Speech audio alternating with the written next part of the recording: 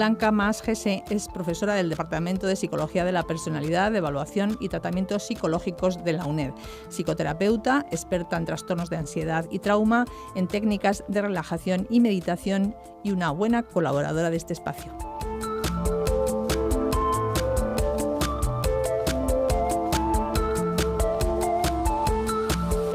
Hola a todos, bienvenidos a este nuevo programa.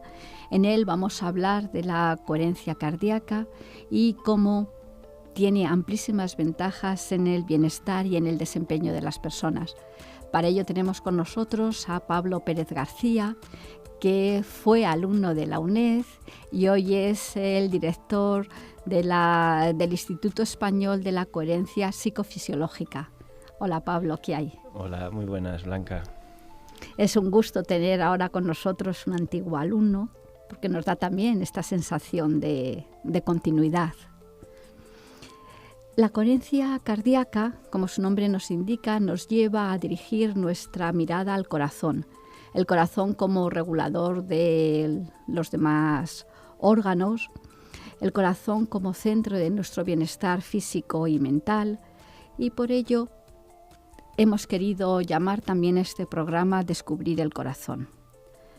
Varias décadas de investigación han desvelado que el corazón es mucho más que un músculo que impulsa la sangre por el cuerpo. Estas investigaciones no son solamente sorprendentes, sino que además, y muy científicas, sino que además, y eso también queríamos recalcarlo aquí, tienen una enorme implicación práctica que nos pueden ayudar a prevenir enfermedades muy habituales, tanto físicas como mentales, que aumentan nuestro bienestar y, como decíamos al principio, nos ayudan a tener un desempeño mejor. Nos ayudan también a ser mucho más felices de lo que podemos ser en algunos momentos. Vamos a comenzar, porque por algún punto hay que comenzar, hablando de unos descubrimientos relativamente recientes en los que se ha visto que el corazón tiene cerebro. ¿Qué nos podías contar sobre ello, Pablo? Sí, es impresionante.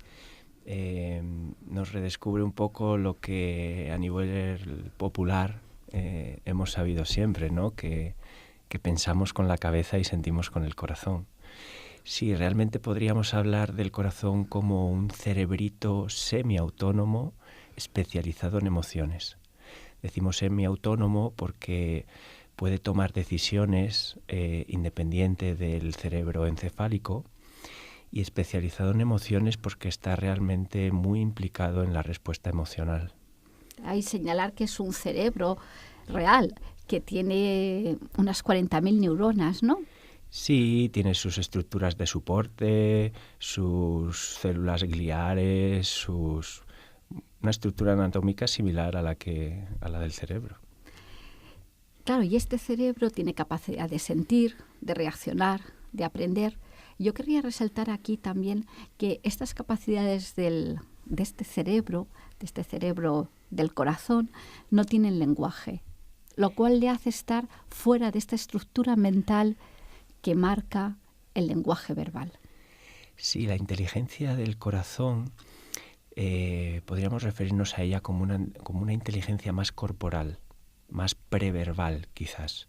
No preverbal relacionándonos exclusivamente con la etapa preverbal de la persona, sino previa al discurso, ¿no? Es una respuesta más rápida que la que podemos dar a nivel verbal o a nivel cognitivo. Y no siempre igual, claro, ¿no? Claro, va a depender mucho de las circunstancias, sí. Es muy bonito también, o a mí cuando empecé a leer sobre estos temas me impresionó cómo este cerebro que tenemos en el corazón habla con el cerebro que tenemos en la cabeza. Y esto no es un monólogo, esto es una conversación real entre ambos centros neurológicos. Sí, es una comunicación bidireccional, ¿no? Nos hemos creído durante mucho tiempo que el encéfalo manda mucha más información al cuerpo de la que recibe de él, y lo que nos dice la investigación ahora mismo es que no es así, por lo menos en muchos casos. Por ejemplo, en el caso del corazón, que tiene un vínculo muy estrecho con el cerebro a través del nervio vago, Hoy sabemos que la mayor parte de las vías del nervio vago son ascendentes. Se está hablando de un 80% de vías ascendentes, es decir, hay mucha más comunicación del cerebro hacia el corazón, del corazón hacia el cerebro, Eso es. comunicación ascendente, que del cerebro hacia el corazón. Eso es. ¿Y cómo hablan? ¿Cómo es esta comunicación? La comunicación realmente es mucho más rica que la que se produce a nivel nervioso. Tenemos una comunicación también hormonal. De hecho, hoy en día, con los descubrimientos que se han realizado, podríamos hablar del corazón como una glándula endocrina, porque genera sus propias hormonas, que entre otras cosas le ayudan a su propia regulación. Pero también se comunica a nivel biofísico con las ondas de pulso y también a nivel magnético y electromagnético. Es muy interesante porque esto lo que nos lleva es a otra idea, que corazón y cerebro se pueden sincronizar. Ese es el punto clave, o por lo menos uno de los puntos claves, que con esa comunicación bidireccional se pueden sincronizar, como tú dices. El cerebro puede mandar señales al corazón, el corazón puede mandar señales al cerebro. Si el corazón le manda al cerebro información más organizada, que puede mandársela cuando le llevamos al entrenamiento de la coherencia cardíaca, ¿no? Cuando el corazón está más en coherencia cardíaca, le manda una señal más organizada al cerebro. Eso le da la impresión al cerebro de que el corazón u otros órganos están más regulados y ayuda a que el cerebro mande a su vez una respuesta de mayor calma o una respuesta que da cuando sabe que hay necesidades cubiertas en el organismo y no que están pendientes de cubrir. Claro, entonces es como si el corazón arrastrase al cerebro y a partir de ahí todo el cuerpo late en el mismo pulso, ¿no? Sí, podemos hablar de una coherencia psicofisiológica que vendría de la propia coherencia cardíaca, es decir, cuando el corazón está en coherencia, que es cuando está en un estado de mayor equilibrio, va a facilitar un mayor equilibrio no solo del cerebro, sino de todos los órganos, aparatos y sistemas del organismo. Me gustaría resaltar, además de esto que acabamos de decir, que esta comunicación cerebro-corazón nos tiene que hacer pensar que el corazón puede también influir sobre las funciones cognitivas superiores, sobre la atención, sobre la percepción, sobre la memoria. Desde luego, sobre todo en estas funciones más complejas que involucran distintas áreas cerebrales, como nos referimos a menudo a estas funciones ejecutivas de planificación, de control de impulsos, de atención. El corazón, cuando está en un estado de mayor coherencia, va a generar lo que llamamos una facilitación cortical, mientras que cuando está en un estado de mayor desequilibrio, de mayor incoherencia, va a generar el efecto contrario, una inhibición cortical. Y esto, claro, nos lleva a pensar que cuando estamos emocionados no solamente nos sentimos mejor o peor, sino que todas nuestras funciones cognitivas están optimizadas o están funcionando, digamos, a ritmo bajo, ¿no? Por eso muchas veces cuando nuestra emoción es una emoción negativa, una emoción de tristeza, de desamparo, no logramos encontrar una solución al problema que tenemos, no logramos encontrar una salida. Y luego cuando la mente se clarifica, cuando nuestro cuerpo está en otra situación, las soluciones aparecen con mayor facilidad. Es así como muchas veces hemos visto que si tomamos una decisión cuando estamos enfadados, luego nos arrepentimos de lo que hemos hecho. Las comunicaciones del corazón hacia el cerebro no solo van a generar, como estábamos diciendo, una facilitación de funciones más cognitivas, sino también van a generar una modulación emocional, porque hay muchas conexiones entre el cerebro y esas estructuras subcorticales que llamamos cerebro límbico o sistema límbico, con la amígdala, con el hipotálamo, con el hipocampo. Va a poder generar mayor activación o menor activación de estas estructuras, facilitando el que la respuesta emocional del organismo sea más ajustada cuando el cerebro está en mayor coherencia o menos cuando está en mayor incoherencia. Eso es. Vamos a dar ahora un pequeño salto y vamos a hablar de otro concepto muy importante, que es la variabilidad del ritmo cardíaco. Tendemos a pensar, tal vez, porque una de las medidas que más conocemos de nuestro ritmo cardíaco es la frecuencia cardíaca, que el corazón late a un ritmo constante, que el tiempo que hay entre latido y latido es siempre el mismo, pero esto realmente no es así. Sí, nos hemos creído, Blanca, durante mucho tiempo que un corazón sano funciona como un metrónomo. Eso es. Y no tiene nada que ver, todo lo contrario. El ritmo entre latidos varía y eso es bueno, ¿verdad? Sí, desde luego, la variabilidad cardíaca es un estimador independiente de salud y de longevidad del organismo. Es decir, una mayor variabilidad cardíaca se relaciona con menor edad biológica y con menor riesgo de muerte por enfermedad, de mortalidad.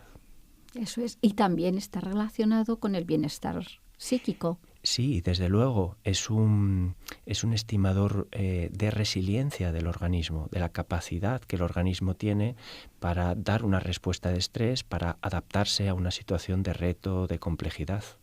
Eso es. Y de la variabilidad ya pasamos directamente a la coherencia cardíaca. La coherencia cardíaca es un desarrollo de esta variabilidad cardíaca. Sí, sería una mirada un poco más profunda de la que se ha podido hacer en distintos ámbitos de la propia variabilidad cardíaca. Hablaríamos de coherencia cardíaca cuando las variaciones que produce el corazón las produce de una manera determinada, de una manera ordenada, que se relacionan con un mejor funcionamiento del sistema nervioso autónomo, con un equilibrio y una sincronización entre esas dos ramas del sistema nervioso autónomo, entre el simpático y el parasimpático. Eso es muy importante. El bienestar está casi siempre en el equilibrio. Cuando estas dos ramas tan importantes de nuestro sistema nervioso funcionan a la vez, sin alterarse una a la otra. Y es que fíjate, Blanca, que no solo es equilibrio, sino sincronización, porque el simpático y el parasimpático actúan en el organismo como el acelerador y el freno en un coche. Nosotros podemos acelerar pisando el acelerador, pero también podemos acelerar levantando el pie del freno. Y esto sería una sincronización. Cuando yo acelero, levanto a la vez el pie del freno o no tengo el pedal del freno pisado. Pero no siempre sucede así con simpático-parasimpático. A veces vamos con el acelerador y el freno pisados a la vez, con la consiguiente conducción ineficiente del organismo. Eso es. Y la buena noticia, que es el desarrollo que estáis haciendo desde el instituto, es que esta coherencia es fácil de aprender. Es fácil de aprender, se puede entrenar. Es decir, con sistemas sencillos, con un enfoque correcto de la atención, con un ritmo respiratorio adecuado, con una pequeña gestión emocional, podemos incrementar los niveles de coherencia, porque la coherencia es una variable fisiológica perfectamente medible. Podemos incrementar esos niveles de coherencia mejorando nuestra resiliencia, mejorando nuestra capacidad para afrontar situaciones de estrés y a la vez también generando efectos sobre la salud y sobre el desempeño muy importantes. Eso es. Me has comentado de pasada que existe todo un equipo o equipos para aprender esta coherencia. Pues hacernos una breve referencia a ellos.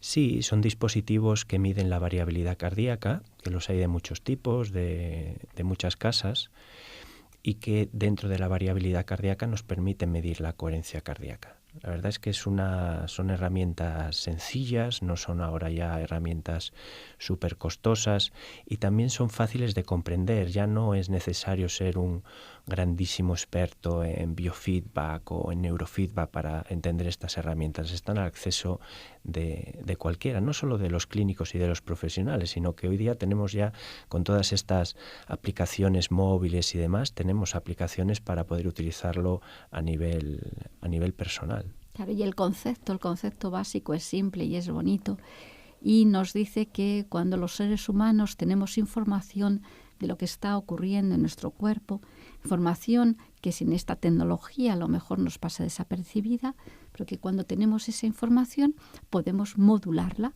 y cuando vamos teniendo información hacia dónde va el cambio, bueno, pues nos es más fácil continuar por ese camino.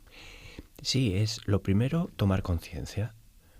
Con estos dispositivos o estas tecnologías podemos tomar conciencia de cómo estamos, de cómo está nuestro sistema nervioso autónomo, de cómo estamos respondiendo, y conociendo las investigaciones que están detrás de esto, saber qué repercusiones tiene eso, porque igual que nos va a llevar a tener una peor concentración o que nos va a llevar a tomar decisiones bajo presión de las que luego quizás nos arrepintamos, también nos va a generar pues mayores dolores quizás musculares que se relacionan con tensiones emocionales o tantos problemas de salud que se relacionan con el estrés crónico. Eso es. Como estamos aquí y estamos hablando de coherencia, aunque no tengamos la posibilidad de tener estos dispositivos, también se puede hacer sin ellos, ¿verdad? ¿Podrías ponernos un ejemplo para que los oyentes que lo deseen aprender tengan un pequeño ejemplo por donde empezar? Tenemos 3 claves fundamentales. Una sería la atención, el enfoque de la atención. Otra sería la regulación emocional. Y otra sería el control de la respiración. La atención, antes de continuar, sí me gustaría señalar, la atención se está considerando ahora clave del bienestar psicológico. Claro, porque cuando nuestro cerebro no tiene la atención focalizada, está disperso.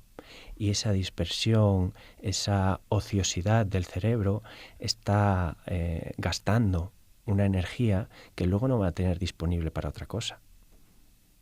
Eso es. Entonces, lo primero, atención. La atención. ¿Cómo podemos enfocar la atención o cómo proponemos el enfoque de la atención desde la coherencia cardíaca? Simplemente poner la atención en el corazón. Esto lo combinamos con la respiración. Lo que nos dice la investigación es que para equilibrar el sistema nervioso autónomo, el corazón tiene una frecuencia resonante, ¿no? Que es son los 0.1 hercios. Un ciclo de 0.1 hercios equivale a una onda que tarda en completarse unos 10 segundos. ¿Vale? Como la respiración la podemos modificar nosotros con mucha facilidad, lo que vamos a hacer es modificar el ritmo respiratorio para adaptarlo al ritmo de aceleraciones y desaceleraciones cardíacas que al corazón le gusta, que sabemos que le hace funcionar mejor.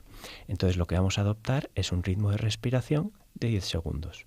Vamos a inspirar en 5 segundos y expirar en 5. Aproximadamente podríamos inspirar en 4 y exhalar en 4, o podríamos incluso inspirar en 4, retener un segundito, exhalar en 4, retener un segundito para que esa respiración sea un poquito más circular. Y mientras tomamos este ritmo respiratorio, lo que vamos a hacer es tener la atención enfocada en el corazón, como si fuera el corazón quien respira, como si al inhalar el aire entrase a través de nuestro corazón y al exhalar el aire saliera a través de nuestro corazón. Yo siempre he entendido la respiración como abrir una ventana y dejar que el aire entre. Sí, totalmente de acuerdo. Entonces, muy suave, sin intentar forzar absolutamente nada. De hecho, siguiendo eso que acabas de comentar, podríamos decir que simplemente sería hacer la respiración un poquito más profunda. Eso es. Y equilibrada. Es decir, equilibrando los tiempos entre inspiración y expiración. Con eso sería suficiente. Estupendo. Podemos hacerlo durante 2 minutitos, 3 minutitos. Lo que podemos ver con la tecnología y con la investigación que se ha desarrollado, que se viene desarrollando, es que en 2-3 minutitos muchas veces conseguimos este efecto de regulación con esta técnica tan sencilla. Evidentemente requiere aprendizaje, Cuanto más se practica, con más facilidad se llega a la coherencia y especialmente nos mantenemos a lo largo del día en un estado coherente. Desde luego hace falta un poquito de entrenamiento. No mucho, pero sí, un poquito de entrenamiento. Es decir, que nos lo expliquen un poco como lo estamos explicando nosotros ahora, con un poquito más de calma, y hacer unas prácticas diarias. No haría falta mucho. Podemos hacer prácticas de 3-5 minutos, 2-3 veces al día. Con eso ya conseguiríamos un buen efecto.